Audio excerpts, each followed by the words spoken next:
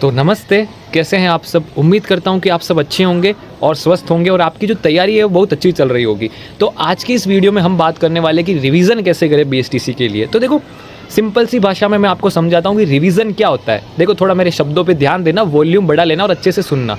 Revision का मतलब क्या होता है कि जो हमने सिलेबस पढ़ लिया होता है उसको रिवाइज करना और इस तरह से पढ़ना कि जो चीज़ कमज़ोर है उसको मजबूत कर देना और जो चीज़ मजबूत है ना उसको और मजबूत कर लेना।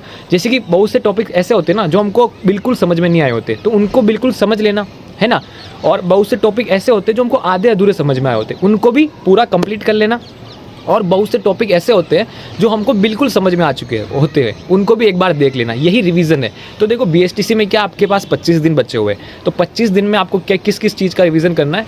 4 पोर्शन है हमारे पास। शिक्षण अभिरुचि, लैंग्वेज में हिंदी इंग्लिश है, और जो जीके है राजस्थान जीके, और रीजनिंग है। तो देखो, सबसे पहले मैं ये चाहता हूँ कि आप रीजनिंग की क्या एक कॉपी बना रखी होगी आपने, रफ कॉपी, उसमें आप प्रैक्टिस करते रहना, ठीक है ना। क्योंकि अगर रीजनिंग की आप अच्छे से प्रैक्टिस कर लोगे, अभी रिवीजन कर लोगे, तो क्या होगा कि जब आप एग्जाम में जाओगे ना, अगर आप देखोगे रीजनिंग, तो आपको रीजनिंग अच्छी खासी आ गई तो आपको समय मिल जाएगा और आपका माइंड फ्रेश रहेगा। वरना तो आप रीजनिंग के अगर क्वेश्चन नहीं सॉल्व कर पाओगे तो आपका थोड़ा सा माइंड, मैंने देखा है बहुत से लोगों का हो जाता है, अरे यार क्वेश्चन ही नहीं आ रहा मेरे को, तो ऐसी की तैसी इसकी होता है। तो वो सिचुएशन नहीं आनी चाहिए, है ना। कुछ भी हो, आप ध्यान से, शांत मन से, काम माइंड से ही अपना एग्जाम करोगे, चाहे कोई भी सिचुएशन हो। हर क्वेश्चन को अच्छे से पढ़ोगे और करोगे। और रीजनिंग में आप ये चीज़ जरूर करना कि एक क्वेश्चन को आप, है ना, एक क्वेश्चन आपने सॉल्व किया, उसका आंसर लगाने से पहले एक बार थोड़ा सा डबल चेक कर लेना कि हाँ यही आंसर हो सकता है, थोड़ा सा ऊपर से, है ना, कि हाँ यही है ना। फिर आप अपने ओएमआर शीट में गोला करना। तो चलो अब मैं आपको बताता हूँ कि रिवीजन कैसे करना है। तो सबसे पहले मैं ये चाहता हूँ कि आप, है ना,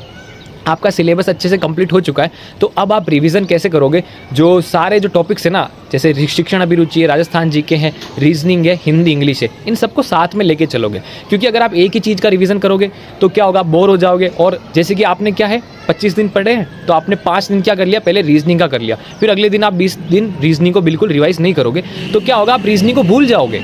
आपके साथ यही होगा। फिर आप एग्जाम में जाओगे ना, आपको लगेगा सब आता है, पर वहाँ पे ऑन द पेपर आप कंफ्यूज हो जाओगे। तो कैसे करना है मैं आपको बताता हूँ। देखो, आप स्ट्रेटेजी है ना, आप थोड़ी अपने हिसाब से बनाना, क्योंकि सबका क्या होता है, अलग अलग होता है। कोई रीजनिंग में कमजोर है, कोई शिक्षण अभिरुचि में कमजोर है, कोई जीके में कमजोर है, कोई हिंदी में कमजोर है, तो कोई इंग्लिश में कमजोर है ना। तो आप अपने हिसाब से स्ट्रेटेजी बनाना। मैं थोड़े आपको सजेशन देता हूँ। आप क्या करोगे, जो चारों चीज़ें है ना, 5 चीज़ें, इनको साथ में लेके चलोगे। और देखो, ऐसा नहीं होना चाहिए कि मैंने तो सिलेबस पूरा कंप्लीट कर लिया, अब रिवीजन ही करना है, मैं तो आराम से करूँगी। ऐसे बिल्कुल मत करना, अभी भी सीरियस ही रहना, ठीक है ना।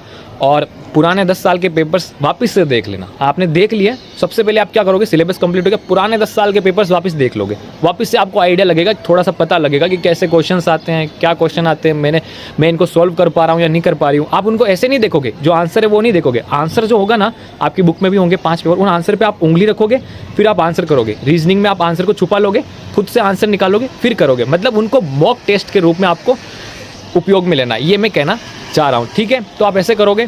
फिर आप स्टार्ट कैसे करोगे, है ना। पूरा देखो, मेरे दादाजी क्या कहते हैं कि तुम जवान हो, तुम आज दिन में 12 घंटे भी पढ़ लोगे और कल 6 घंटे भी सो लोगे ना, तो भी तुम्हारा मूड फ्रेश रहेगा, ना तो तुम्हारा बीपी हाई होगा, ना कुछ होगा। पर यही अगर तुम 30 साल की उम्र में करोगे तो तुम्हारे बाल झड़ने लग जाएंगे, परिवार की दिक्कतें होंगी, या क्या होगा, बीपी बढ़ जाएगा, ऐसा कुछ हो जाएगा। इसलिए ये समय है तुम्हारा, इसलिए जितना हो सके उतना पढ़ो। मतलब जो भी आपकी स्ट्रीम हो उसमें अच्छा करने की कोशिश करो, पूरा उसमें क्या है, घुल जाओ उसमें ही। आप क्या है, ब्यूटी ढूंढो, स्ट्रगल में ही आप ब्यूटी ढूंढो, उसमें ही आपको मज़ा आना चाहिए। तो चलो, ये तो आउट ऑफ टॉपिक बात हो गई।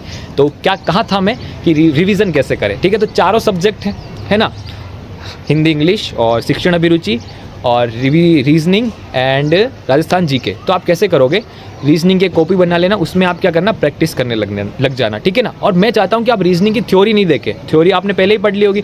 आप जो क्वेश्चंस देखेंगे ना, उनमें आप सॉल्व करना। और जो क्वेश्चन आपको सॉल्व नहीं हो, कि जहाँ पे डाउट हो कि यार ये कैसे होगा, यहाँ पे डाउट आ रहा है, तो क्या करोगे, आप यूट्यूब से देख लेना, उसको वहीं पर क्लियर कर लेना और थोड़ा फास्ट क्लियर करने की कोशिश करना, ताकि एक बार फिर से रिविजन आपका हो जाए।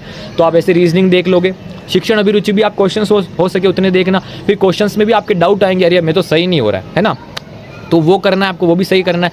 फिर आप क्या करोगे, जीके में भी यही करोगे। जीके में कैसे पढ़ोगे ना, जीके में आप क्वेश्चंस देखोगे कि राव जैसलदेव ने कौन सा किला बनाया, तो आपके पास 4 ऑप्शन होंगे, जैसलमेर का किला, मेहरानगढ़ किला, चित्तौड़गढ़ किला या कुंभलगढ़ किला, तो आपको आंसर तो पता है कि जैसलमेर का किला है, पर अपने माइंड में ये भी थाउट लाना कि जोधपुर का किला किसने बनाया, मेहरानगढ़।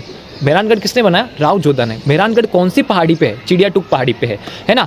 कुंभलगढ़ किसने बनाया, चित्तौड़गढ़ किसने बनाया किला, चित्रांग मौर्य ने। तो ये भी आप थोड़े से थाउट लेके चलना, क्योंकि रिवीजन यही चीज़ होती है कि आप जिसमें कमजोर हो उसको अच्छा करना। आप मॉक टेस्ट दे रहे होंगे तो आपके 430 400 नंबर आ रहे होंगे, तो आपको ये क्या करना है, 550 प्लस लाने की कोशिश करनी है।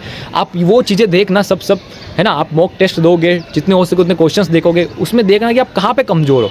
जिस पोर्शन में आप कमजोर हो ना उसको और मजबूत कर लेना है, और जिसमें आप मजबूत हो उसको छोड़ना नहीं, उसको भी मजबूत कर लेना है। और देखो आप एक दो टॉपिक छोड़ सकते हो सब में भी, है ना। रीजनिंग में कोई एक टॉपिक छोड़ देना, भले राजस्थान जीके में भी एक टॉपिक छोड़ देना।